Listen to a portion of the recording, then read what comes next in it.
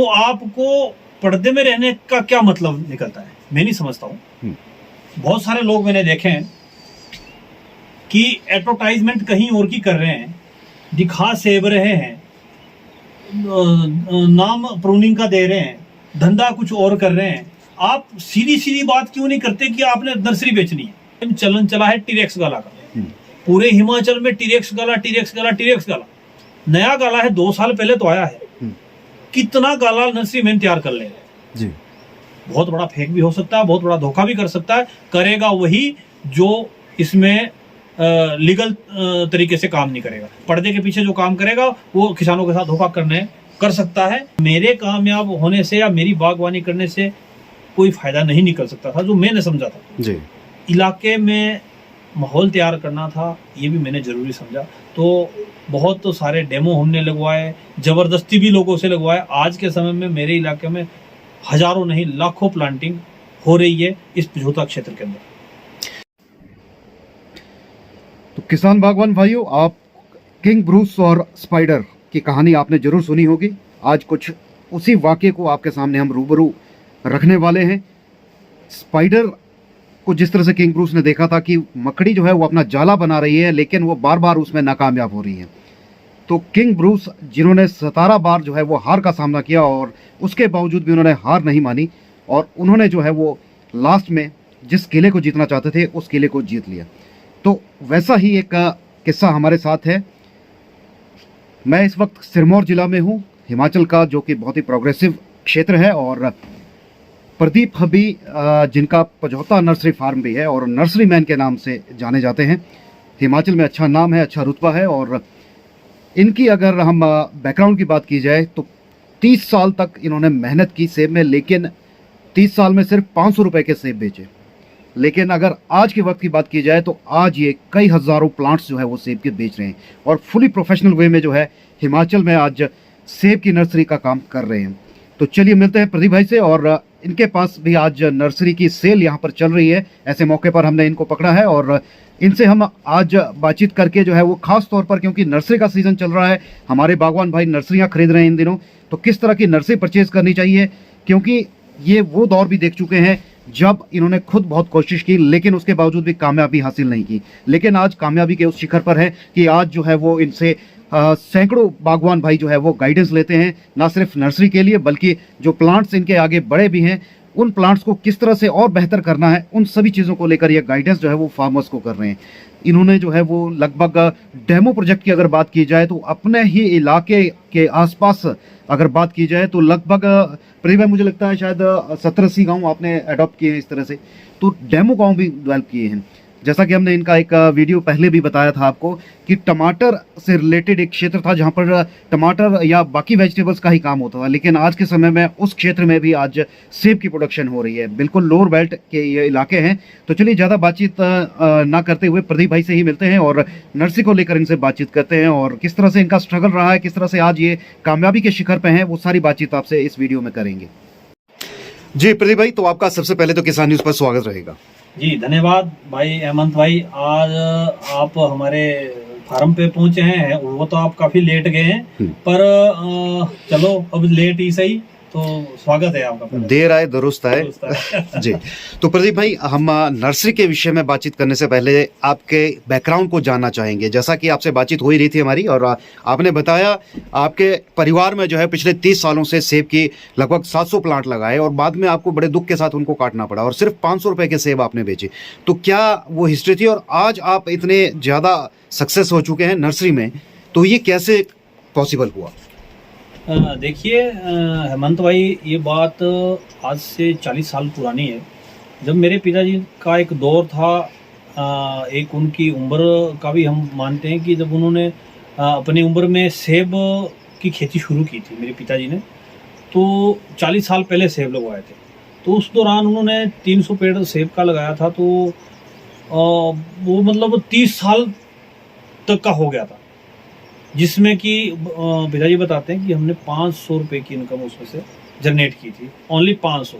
और उसकी 500 की हमने कहते हैं वो मधानी खरीदी थी, जो एक लस्सी को बनाने वाली होती है, तो वो कमाई 30 साल में हुई है हमारी सेब की। तो उसके बाद मेरा भी एक दौर शुरू हुआ।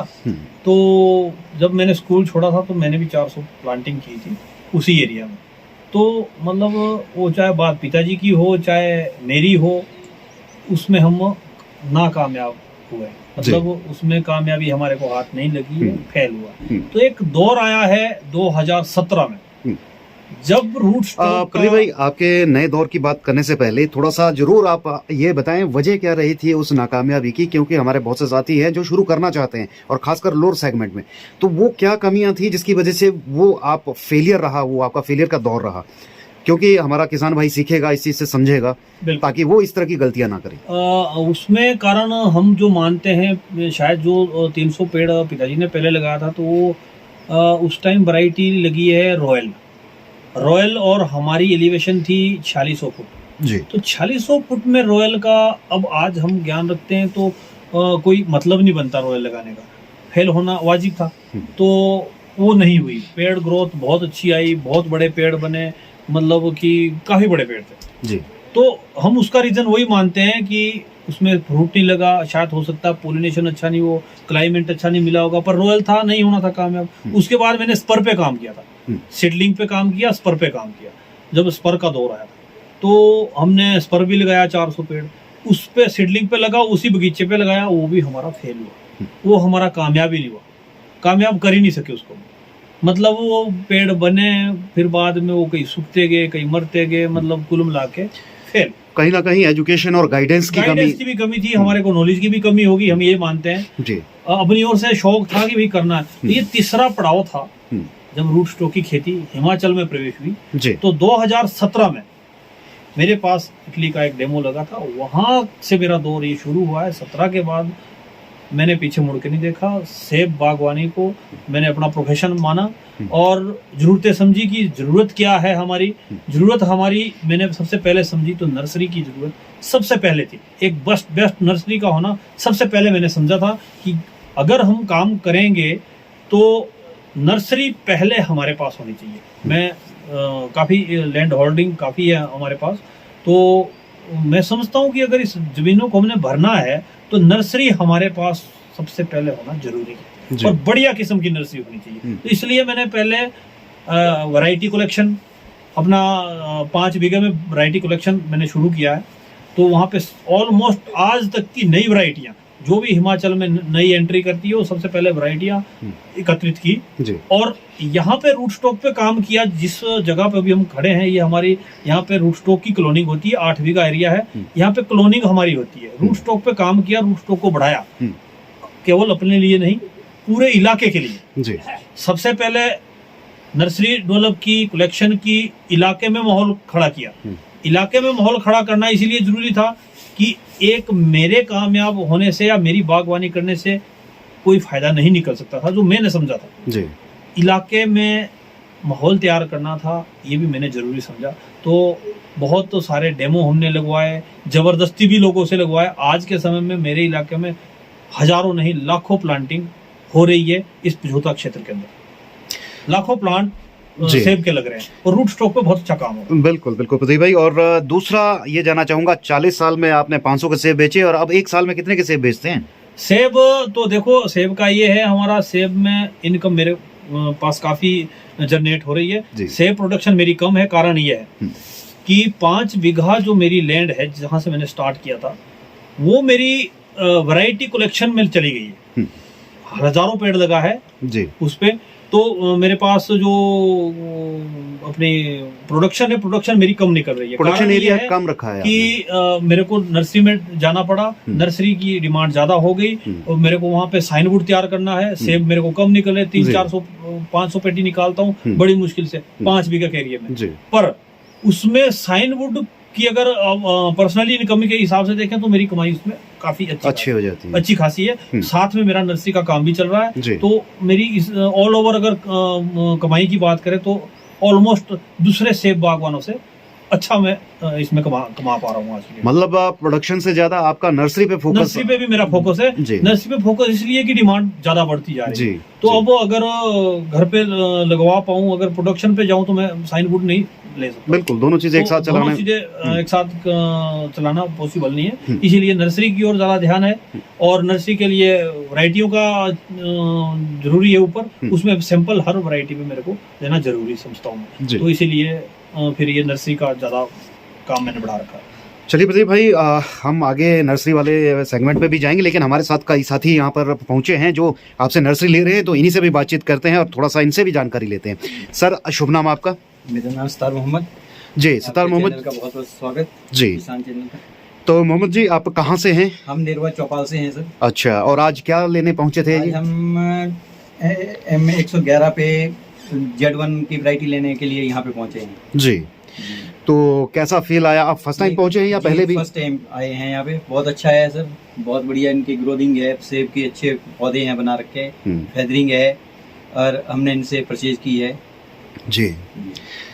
तो यहाँ का माहौल कैसा लगा आपको? बहुत अच्छा है जी। अच्छे से मेंटेन किया है नर्सरी को।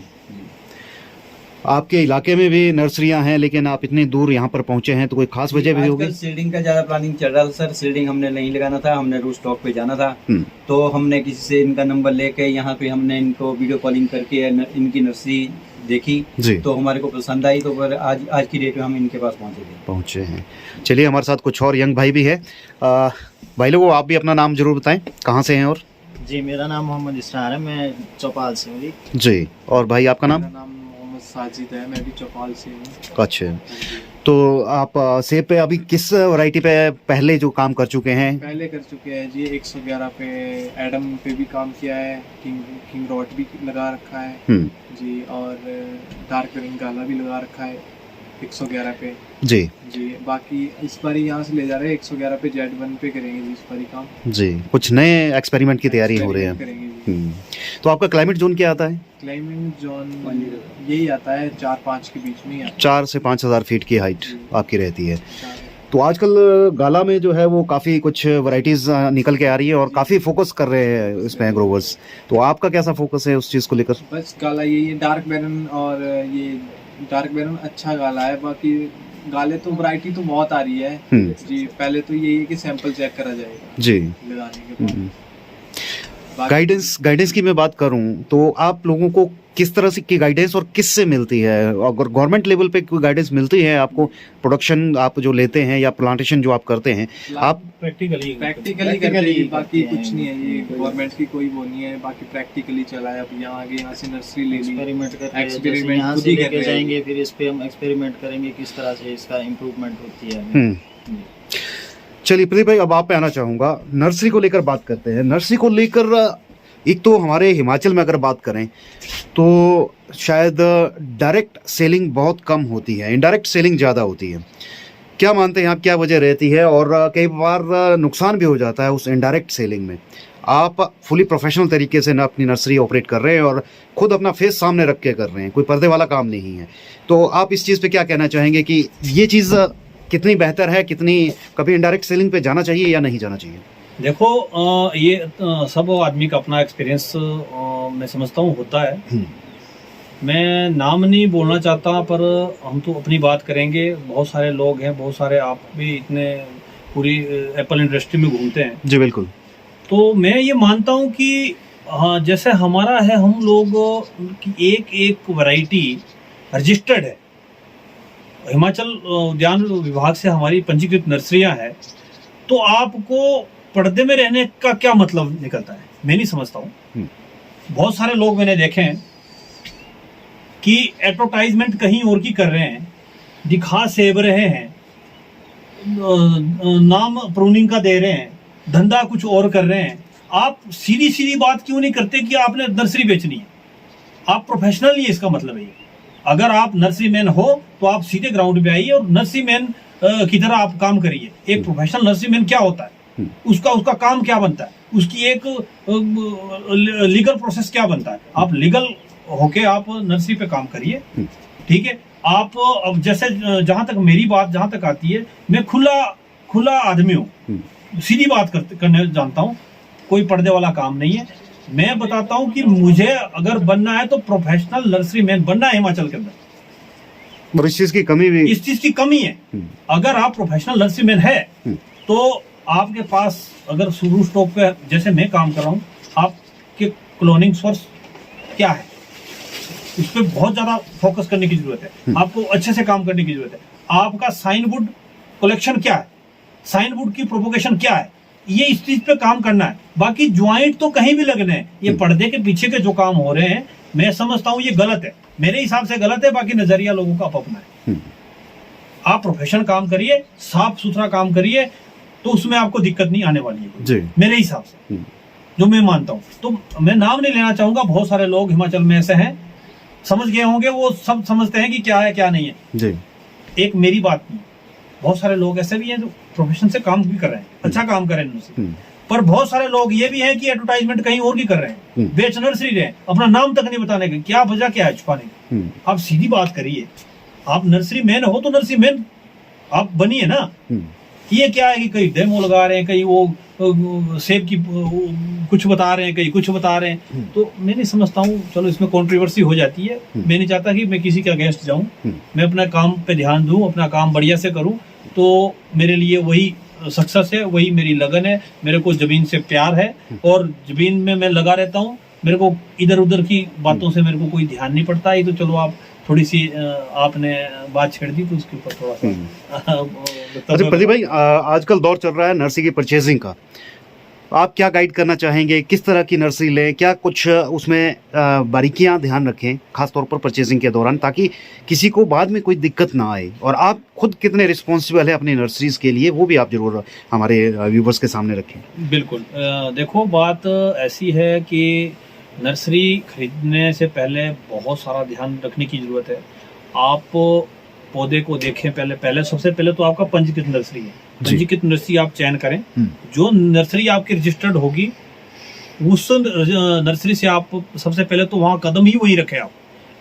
और दूसरी बात यह है कि आप पेड़ को अच्छी तरह से जांच लें, जड़ से लेकर सिरे तक, उसमें कोई किसी तरह का बीमारी तो नहीं है, कोई रोग तो नहीं है। सेब की पौधों में 18 तरह के रोग है, आप उसको परखिए, जानिए उसमें वूल एफिड तो नहीं है, आपका उसमें कोई दूसरा किसी तरह का इन्फेक्शन तो नहीं है, आपकी सॉइल कैसी है, आपके बगीचों के अंदर की नर्सरी तो नहीं है। बगीचे के अंदर जो नर्सरी लगती है मैं समझता हूँ उसमें बहुत बड़ा रिस्क है।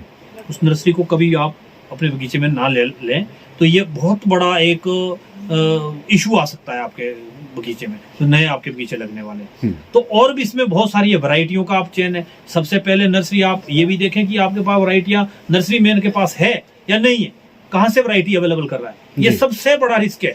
लोग आज की बात करूं, मैं इस 2023-24 की बात करूं, यहाँ इस टाइम चलन चला है टीरेक्स गाला का। पूरे हिमाचल में टीरेक्स गाला नया गाला है, 2 साल पहले तो आया है।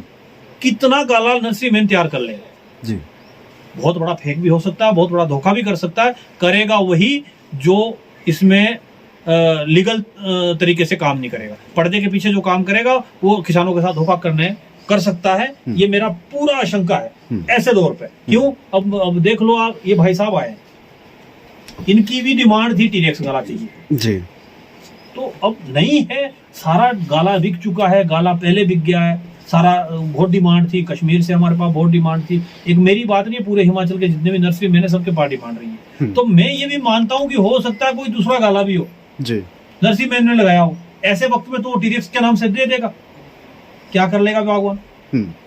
वो ठगा जाएगा। इन चीजों से बचना है। उसके सोर्स आप पहले चेक कर लें, सोर्स जानने बहुत जरूरी है। आप साइनवुड कहाँ से ले रहे हैं, आपका रूट स्टॉक कहाँ से आ रहा है, ये चीजें देखनी बहुत जरूरी है। आपके पास प्रोपोगेशन साइट क्या है या नहीं है, आप हवा में तो नहीं कहीं काम कर रहे हैं। ये चीजें बहुत ध्यान रखने वाली है और मैं सभी बागवान भाइयों से आग्रह करूंगा कि इन चीजों पर जरूर ध्यान दें।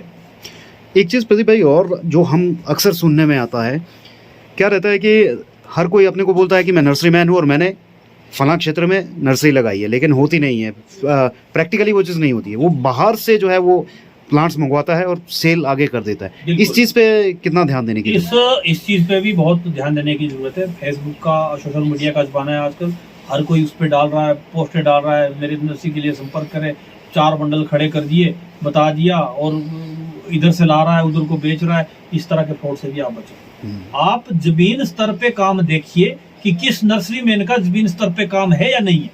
आपको अंदाजा लग जाएगा। बिल्कुल। जो आदमी काम करने वाला होगा उसका ग्राउंड को देख के ही आपको अनुमान लग जाएगा कि इस बंदे का, अगर मेरी कैपेसिटी 50,000 पेड़ तैयार करने की है, क्या मेरे पास ग्राउंड लेवल पे काम है इतना? ये बहुत बड़ा फ्रॉड है।